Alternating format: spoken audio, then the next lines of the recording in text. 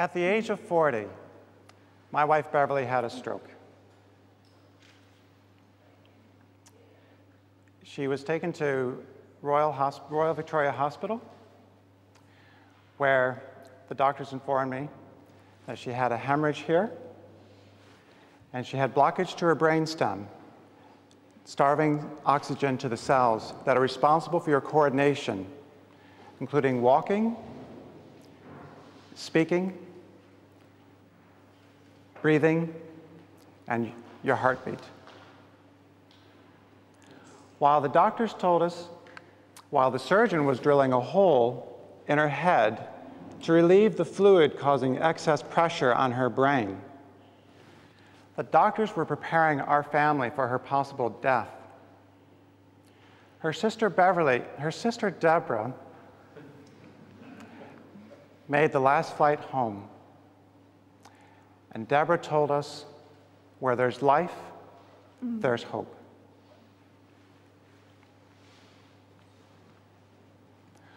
One in 6 people in the world will have a stroke in their lifetime. Every year in Northern Ireland, 3,000 people are admitted to hospital with an acute stroke. Over 25% of those who have strokes are under the age of 65. The survival rate for the type of stroke that Beverly had is 50%. And in a third of children and young people who have strokes, the underlying cause is never found. In other words, everyone, I won the lottery that no one wants to win. So a lot of people say to me, what's a stroke like? And the best thing I can think of is falling down the mountain and climbing back up.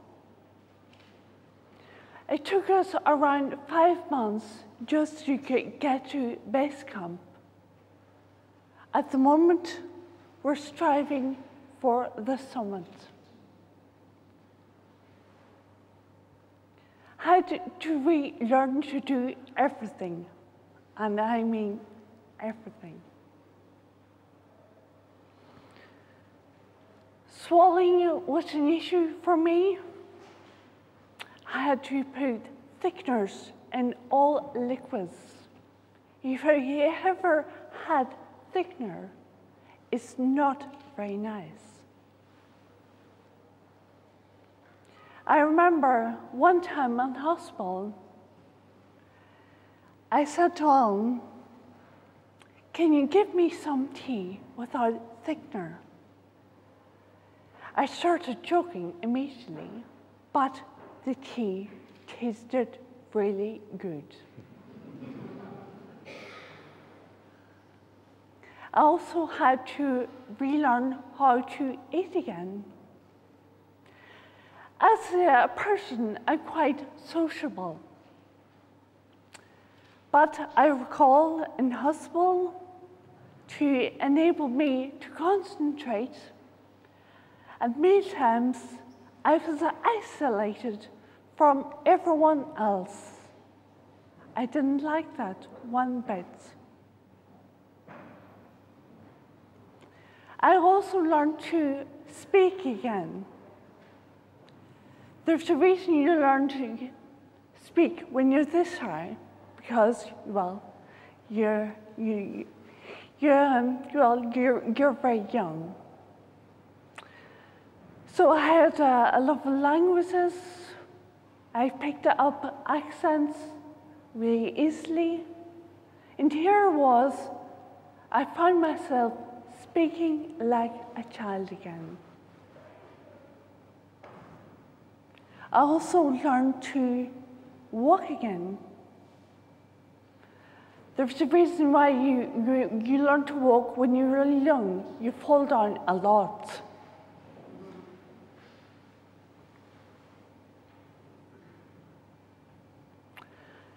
I remember in hospital, it was called Musgrave Hospital.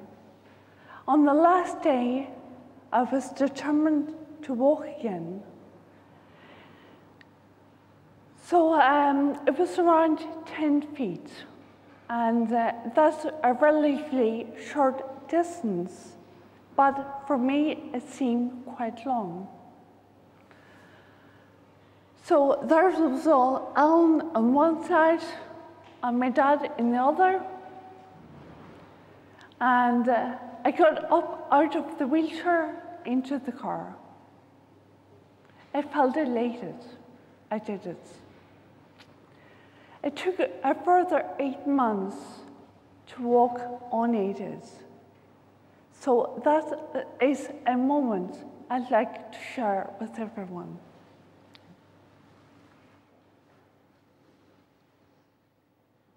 Think of the success, the goal, or what it's going to be like when I've got there.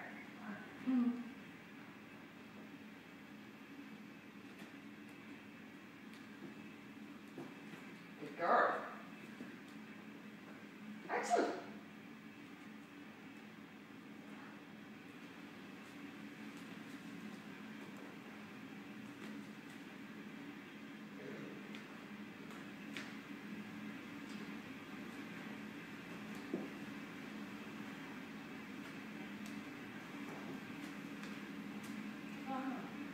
Brilliant.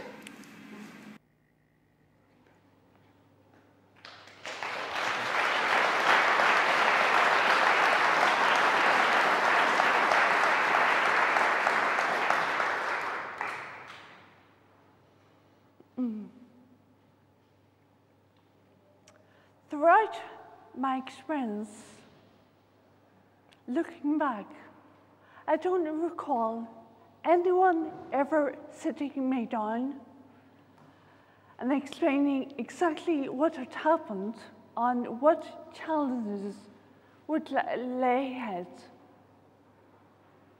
For me, that was really scary, and I think that impeded my recovery. Before I had the stroke, I was quite active. I was quite sporty as well. And obviously I was quite healthy. So obviously being healthy didn't cause my stroke. So my advice to anyone is be healthy, because you don't know what's around the corner, or potentially what may afflict you. When a stroke happens, there's the physical side and the emotional side. Both are huge. Me and Alan have been through a lot, but we feel like we've been given a second chance. And we're at the minute making the most of it.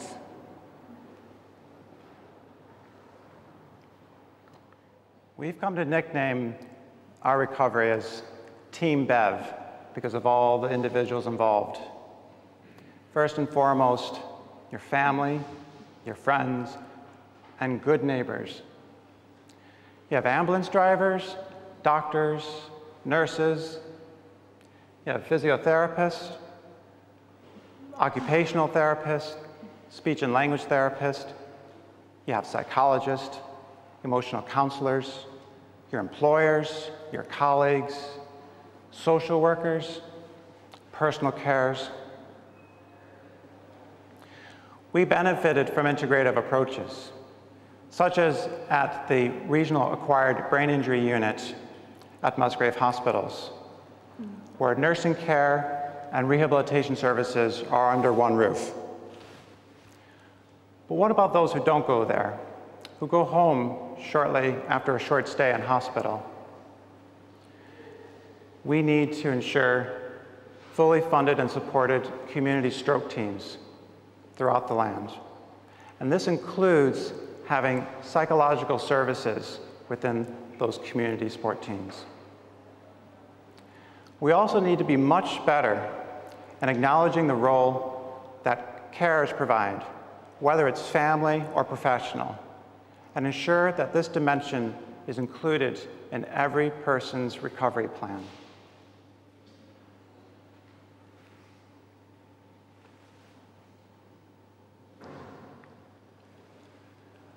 We believe that an integrated approach can be applied to our past, our troubled past in Northern Ireland, our collective trauma, if you will. Our collective recovery is going to go through phases. The phases that anyone who's had to deal with a serious injury will be familiar with. You're going to have confusion, denial, you're going to have anger, you're going to have depression, you're going to test your limits about what's possible, you're going to come to some form of acceptance, and there's going to be adaptation. Beverly and I have had to work through all of these phases. We will need to work through all of these phases. But we believe it's worth it for a better outcome. So I believe that it's time to move forward. Like my injury, I could have dwelt on the past, but I chose to move forward.